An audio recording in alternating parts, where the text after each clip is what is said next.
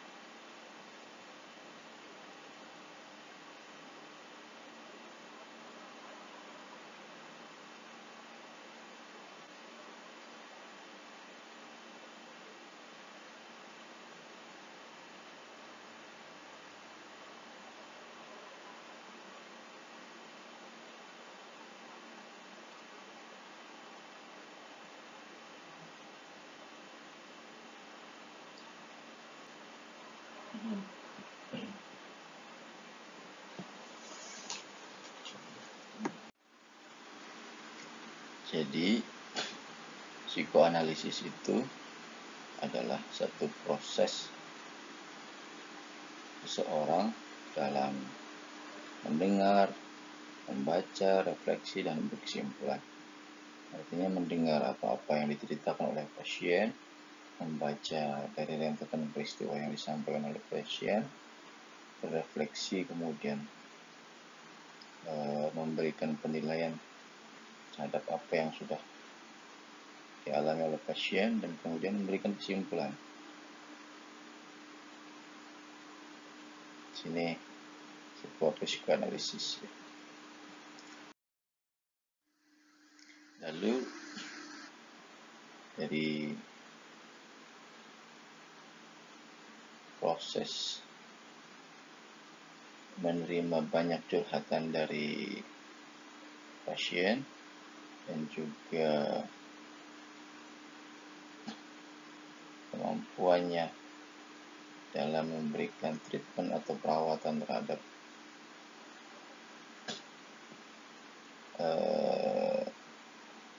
pasien, ya, akhirnya Freud menemukan satu teori tentang kesadaran. Dia melihat satu fenomena mimpi, ya, Menurut dia bahwa dari peristiwa mimpi itu menunjukkan banyaknya aktivitas pikiran manusia. Lalu Freud menemukan 3 tipe kesadaran. Ada alam sadar, conscious thought, lalu alam prasadar, pre-conscious, dan alam bawah sadar, unconscious. Alam sadar adalah ketika orang sedang memikirkan sesuatu yang ia pikirkan, itu adalah alam sadar. Jadi sesuatu yang dipikirkan atau terpikirkan oleh orang, maka itu alam sadar. Misalnya saya sedang memikirkan teman kecil saya, dengan begitu saya sebenarnya sedang sadar memikirkan itu. Objek yang saya pikirkan adalah sesuatu yang sedang saya pikirkan, itu alam sadar. Lalu yang kedua ada alam prasadar. Alam prasadar itu ketika pikiran tidak menyadarinya. Misalnya kita hanya memikirkan teman kita, tapi kita melupakan tentang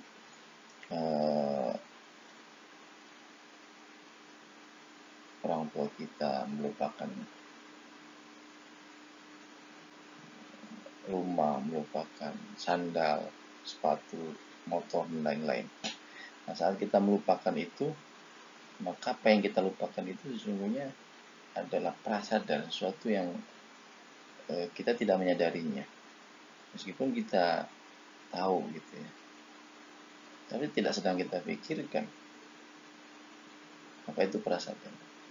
Lalu yang ketiga adalah alam bawah sadar, yaitu sebuah dorongan setengah jadi bercampur image, kesan, memori, dan lain-lain. Ia ada alam bawah sadar itu, tapi tidak disadari. Namun sewaktu-waktu dapat muncul, misalnya melalui mimpi. Nah, dari peristiwa mimpi, Freud kemudian menyimpulkan bahwa dari mimpi itu Freud menemukan teori tentang 3 tipe kesadaran. Ada alam sadar, prasadar, dan bawah sadar. Nah, di alam bawah sadar inilah teori Freud betul-betul memunculkan diri, ya, bahwa ada satu tempat, ya, di mana orang sesungguhnya masih terus memikirkan sesuatu pada saat ia mimpi. Sehingga mimpi itu bagi Freud adalah satu peristiwa yang menunjukkan banyaknya aktivitas. Faktanya adalah ketika alam sadar kita tidak dilakukan atau tidak muncul, dan alam prasadar itu tidak bekerja pada saat itu, maka yang bekerja itu alam bawah sadar dalam mimpi itu.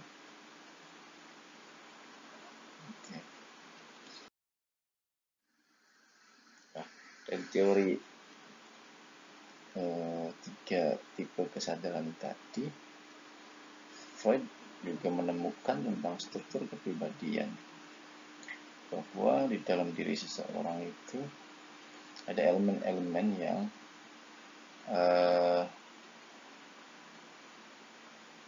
menjadi supporting system bagi keberadaan psikologinya.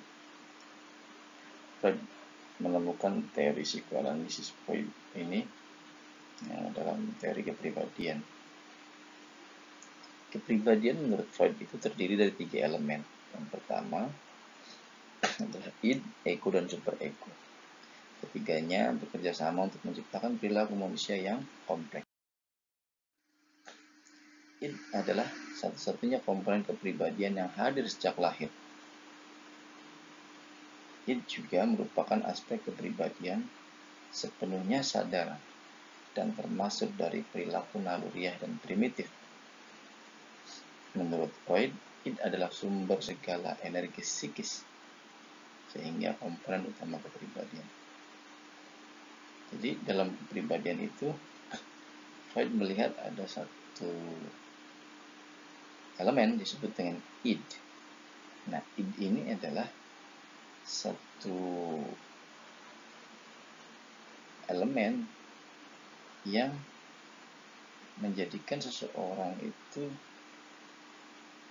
terdorong untuk melakukan sesuatu. Keadaannya itu disadari, sepenuhnya disadari, dan yang disebut dengan id itu merupakan dorongan nalurinya. Dia ada sejak lahir, tidak bisa dihilangkan, dan cenderung bekerja melalui insting. Insting untuk dipuaskan. Contoh ide itu adalah misalnya makan. Sejak kecil ketika seorang anak itu lapar, maka dia pengen makan. Hanya saja ketika seringkali misalnya ketika keinginannya itu tidak mampu dipahami oleh orang tuanya atau orang di sekelilingnya, maka dia memutuskan untuk menangis. Nangis itu sebetulnya adalah upaya seorang anak untuk mengekspresikan bahwa dia sedang lapar, makan gitu ya. Makanya makan ini selalu muncul dari dalam dan lalu berupaya untuk dipuaskan dalam waktu yang singkat, yang cepat, segera mungkin bahwa kebutuhan tentang makan itu terpenuhi. Pun juga nafsu birahi, seorang ketika memiliki atau sedang mengalami satu nafsu, cenderung untuk ingin segera dipenuhi, dipuaskan. Oke, itu id ya. Jadi id itu merupakan keinginan-keinginan yang sifatnya dasariah, yang paling dasar. Nah, proses id itu muncul lalu kemudian direspon. Nah, siapa yang merespon? Yang merespon adalah ego. Jadi ego adalah komponen kepribadian yang bertanggung jawab untuk menangani id dengan realitas. Jadi ketika muncul id, maka ego bekerja. Oh, id lahir, muncul keinginan pengen makan, direspon oleh ego. Nah, ego sendiri bekerja berdasarkan prinsip realitas yang berusaha untuk memuaskan keinginan itu dengan cara-cara yang realistis dan sesuai dengan norma sosial. Jadi ego itu adalah pelampiasan dari keinginan-keinginan id. Id punya keinginan dilampiaskan oleh ego. Tetapi prinsip ego adalah prinsip berdasarkan realitas. Memungkinkan enggak id itu dilaksanakan dengan realitas yang ada, dengan prinsip-prinsip yang sedang berjalan, dengan norma-norma yang ada, dengan aturan-aturan yang sesuai. Kalau sesuai dengan realitas, kalau sejalan dengan realitas, dengan prinsip-prinsip dan norma-norma yang ada, maka id itu bisa dilaksanakan. Lapar, muncul id, keinginan, lalu oleh ego makan. Kenapa akhirnya keputusan memilih makan? Karena secara norma sosial tidak melanggar. Ya, gitu. Tapi ketika terjadi pelarangan, ketika terjadi realitas yang tidak memungkinkan, ini tidak realistis, maka id cenderung diabaikan. Apa yang membuatnya mungkin dan tidak mungkin itu yang disebut dengan jadi superego. Itu adalah aspek kepribadian yang menampung semua standar nilai moral dan cita-cita yang kita peroleh, baik itu dari orang tua, masyarakat, agama, ya. Dia memilah mana yang dasar benar dan mana yang salah. Makan itu boleh, baik, standarnya baik, aturannya oke, maka bisa makan. Tetapi kalau secara realitas tidak memungkinkan, maka di stop, id keinginannya pengen makan, ego ingin melampiaskan keinginan itu, lalu sama super ego dilarang. Kenapa? Karena makanan yang ada itu harus dibeli, sementara uang tidak ada. Nah, ini tidak realistis untuk makan yang diinginkan sementara uang tidak ada. Oleh super ego, keinginan id dipatahkan. Ego akhirnya memutuskan keinginan super ego. Id dipatahkan, makan tidak jadi. Nafsu ingin kenal dengan seorang, kemudian oleh super ego, wah ini dilarang agama, wah ini istrinya orang, wah ini tidak boleh. Akhirnya dipatahkan oleh aturan norma. Itulah super ego. Elemen kepribadian super ego itulah yang kemudian bekerja. Itu dikalahkan. Nah, begitu ya. Tetapi ini berkaitan erat dengan apa namanya, dengan kesadaran yang tadi. Segala hal yang menjadi keinginan id kemudian dilarang oleh super ego, menurut Freud itu tidak hilang. Ia masuk dan mengendap ke alam bawah sadar. Kita suka sama seseorang, lalu karena ada aturan itu tidak boleh, keinginan kita dilarang, dipendam, maka keinginan itu tidak hilang, mengendap di alam bawah sadar. Kita pengen sesuatu dilarang orang tua, mengendap. Kita suka seseorang dilarang orang tua, mengendap. Kita ingin melakukan sesuatu dilarang oleh lingkungan, agama, mengendap. Sehingga keinginan-keinginan yang ditolak dan tertolak oleh super ego, dia mengendap di alam bawah sadar. Tidak hilang. Karena endapan-endapan keinginan itu sudah banyak dan menumpuk di alam bawah sadar, maka dia butuh pelampiasan. Nah, biasanya pelampiasannya itu adalah pada saat mimpi. Makanya kata Freud, aktivitas mimpi orang lindu, ngigo, terus kemudian keluar air mani, apalagi ngigo gitu, yang ngecak ngobrol, itu sebenarnya menunjukkan bahwa ada hal-hal, aktivitas-aktivitas alam bawah sadar yang kemudian memunculkan diri. Tiba-tiba basah. Kenapa? Karena kita suka sama orang, tapi waktu saat itu kita tahan. Lalu alam bawah sadar itu memunculkan keinginannya, membayangkan sesuatu apa yang diinginkan pada saat alam sadar kita karena ada tertolak itu, akhirnya basah. Ya, jadi ada kaitannya dengan elemen kesadaran tadi, dengan teori kesadaran. Jadi ada alam bawah sadar. Kalau pada saat sadar, biasa kita, sekarang saya lagi di depan laptop, saya sadar dengan laptop.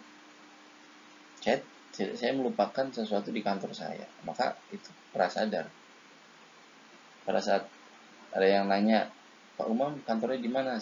Baru saya ingat kantor seketika itu juga, maka kantor sudah menjadi alam sadar saya, bukan prasadar lagi. Teman waktu MTS, tidak, yang saya lupakan saat saya sedang mengingat kantor saya, itu adalah masih prasadar. Dan ribuan jutaan pengetahuan yang sudah kita miliki, ketika tidak dipanggil kembali, itulah prasadar. Tapi ketika kita diingatkan, maka itu sadar. Sadar, prasadar. Prasadar lalu menjadi sadar. Lalu hilang lagi, lupa lagi, menjadi prasadar. Tetapi ada juga bawah sadar. Nah, bawah sadar inilah yang sungguhnya mengendap. Dan satu waktu dia membuncak. Ekspresinya bisa melalui mimpi, ngigo, marah, stres, dan lain-lain. Jadi orang stres itu sesungguhnya adalah ketika psikis kita, kejiwaan seseorang tidak kuat menahan keinginan-keinginan yang diendapkan, keinginan-keinginan yang dilarang dan cenderung tertutup. Pada satu waktu dia membuncah dan meledak. saraf yang dia miliki untuk menahan keinginan-keinginan itu tidak kuat untuk menahannya, lalu terjadilah stres. Jadi stres itu adalah proses ketika banyaknya id yang ada di alam bawah sadar terdorong untuk keluar, tidak kuat ditahan oleh saraf. Bisa jadi ujungnya adalah gila, kegilaan, linglung, dan lain-lain. Jadi superego itu memberikan pedoman untuk penilaian. Contoh superego, membuang sampah pada tempatnya itu baik. Jadi kita ada standar baik dan tidak baik. Membuang sampah di luar tempatnya karena kita diajarkan oleh guru agama itu tidak baik. Menyakiti orang lain itu tidak baik, sampai kita dilarang. Tapi ketika kita kesel ke orang, tapi kita nggak kuat untuk melawan orang itu, maka jadi mengendap. Waktu kita ngigo, mukul orang tersebut.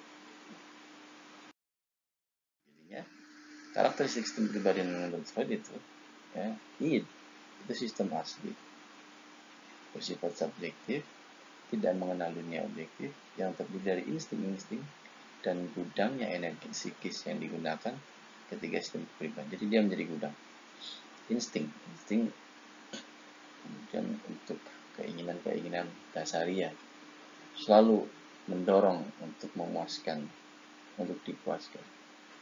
Lalu ego itu adalah berkembang untuk memenuhi kebutuhan id. Id itu tadi dipenuhi oleh ego yang terkait dengan dunia nyata. Dia boleh diselesaikan asal dia terkait dengan dunia nyata.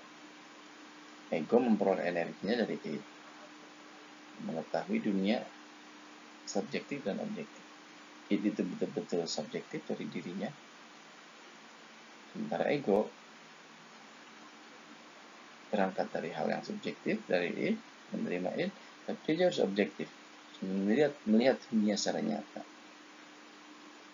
Dunia secara nyata itu adalah superego. Jadi superego itu komponen moral kepribadian, terdiri dari dua sistem, kata hati dan ego ideal.